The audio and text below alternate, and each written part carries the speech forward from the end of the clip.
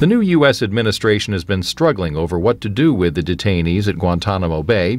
Ever since in his first days in office, President Obama ordered the American prison closed by next January. The president says dealing with terror suspects, most who've been held for years, will be one of his biggest challenges. Mr. Obama tells the Associated Press he would consider moving some detainees from Guantanamo to other locations for long periods, but he says he may not be comfortable with any specific plans for doing that. It gives me huge pause, and that's why we're going to proceed very carefully on this front. Mr. Obama says some detainees are not a good fit for prosecution in the United States or under international law.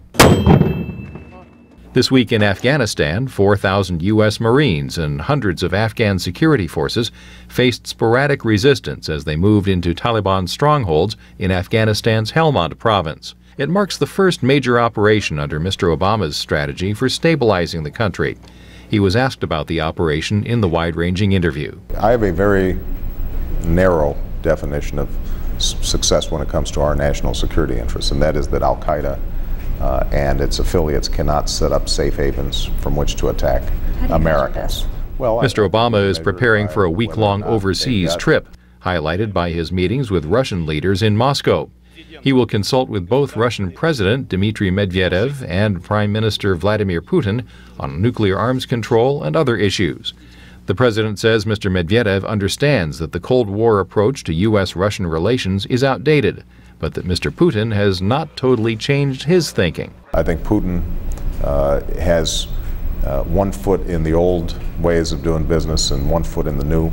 But Mr. Obama says he believes it's important to meet with both leaders because Mr. Putin still holds a great deal of power in Russia. I think meeting with the Prime Minister ensures that he and Medvedev are hearing the same things and seeing the same things so that they can move in concert in cooperating with us on some critical issues.